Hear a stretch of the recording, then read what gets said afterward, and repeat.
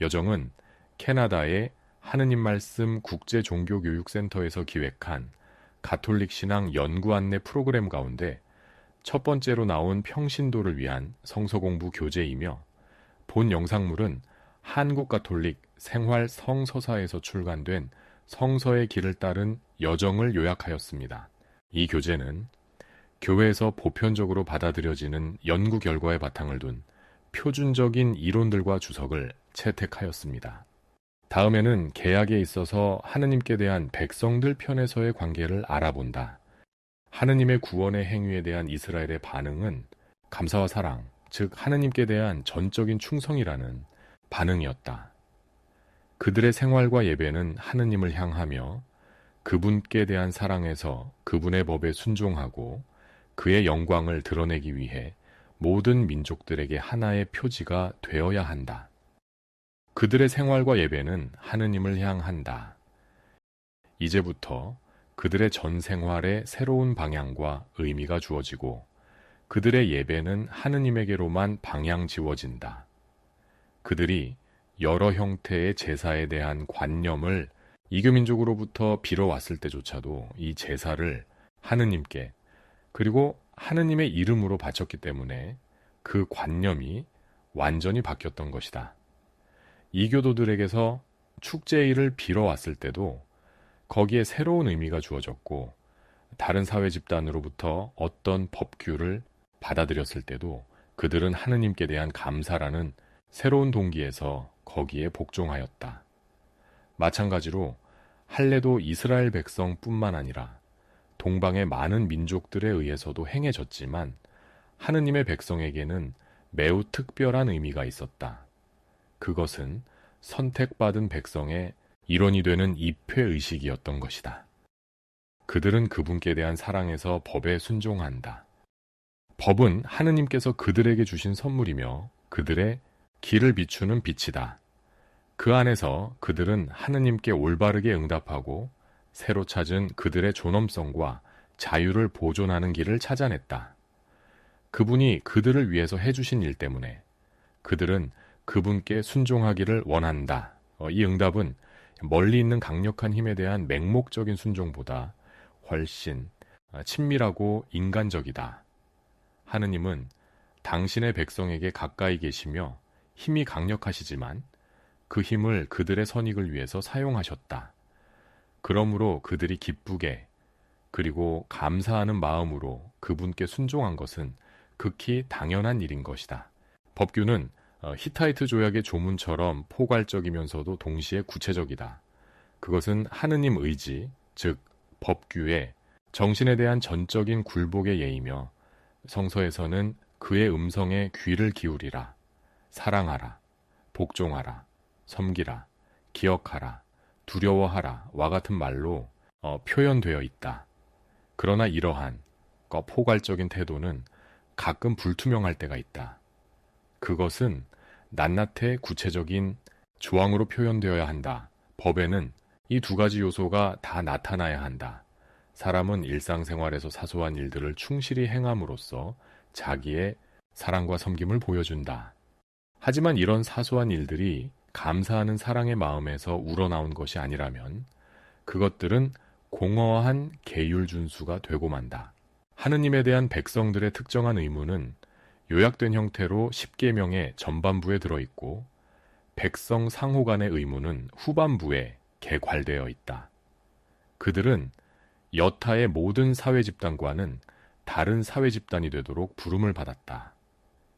그들은 상호 간의 관계에서 정의를 실천해야 했다.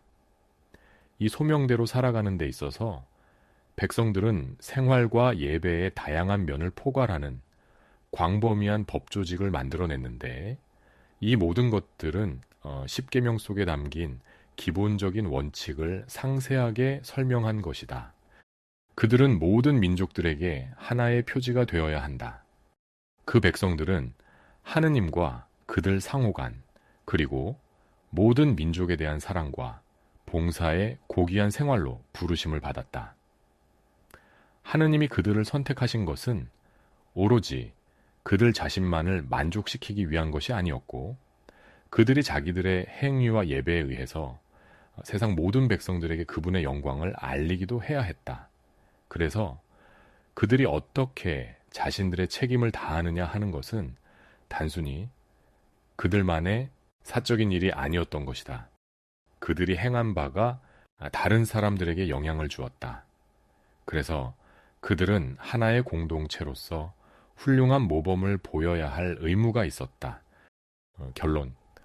계약 사건은 하느님 백성의 형성을 가름해준다. 그 백성은 억압의 고통 속에서 태어났다.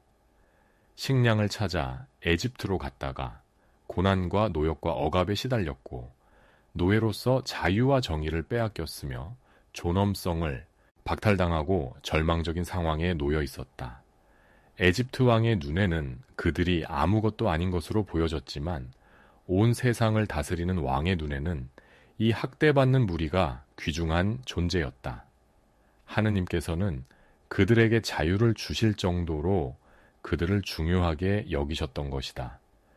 그분은 다만 이 일만으로도 그들에게 존엄성을 회복시켜 주셨지만 그분은 그 이상의 일을 하고자 하셨다. 그분은 그들을 당신 자신의 눈뿐만 아니라 모든 민족들의 눈에도 위대하게 보이도록 만들고자 하셨다. 그분은 그들을 위한 당신의 행위로 말미암아 그들의 감사와 사랑을 끌어내셨지만 빚진 것 때문에 당신께 응해야 한다고 그들이 느끼는 것은 원치 않으셨다. 그런 일은 그들의 존엄성을 떨어뜨리기 때문이었다. 그들에게 위대한 미래를 약속하심으로써 그분은 그들에게 목적의식을 심어주셨고 따라서 참다운 희망을 주셨다. 더구나 그분은 당신의 법을 주심으로써 이 목적을 성취할 수단을 그들에게 마련해 주신 것이다. 그리고 그분은 지상에서 당신의 특별한 대리자가 되는 책임을 주심으로써 그들의 위엄을 한층 더 증가시키셨다. 그분은 당신이 그들을 지극히 소중히 여기심을 분명히 밝히셨는데 그것은 그들이 모든 민족들에게 당신의 사랑과 선을 공포할 것을 기대하셨기 때문이었다. 그들로 하여금 억지로 감사하게 하여 당신에게 순종하지 않을 수 없다는 압박감을 느끼지 않도록 하느님은 풍성한 축복을 그들에게 약속하셨다. 또 그들이 자기들의 들어올려진 지위에 대해 교만해지지 않도록 하느님께서는 그들에게 봉사의 삶을 살고 정의를 실천하며 그로써 당신의 이름을 뭇 민족들에게 알릴 중대한 책임을 지워주셨다. 하느님께서는 아브라함에게 그의 자손들이 위대한 민족이 되리라는 것을 약속하셨다. 그분은 영광스러운 위치로 그들을 끌어올림으로써 당신의 약속을 이행하셨다. 그들은 다윗 왕과 솔로몬 왕 치하에서 정치적으로, 경제적으로, 그리고 문화적으로 위대하게 되었다.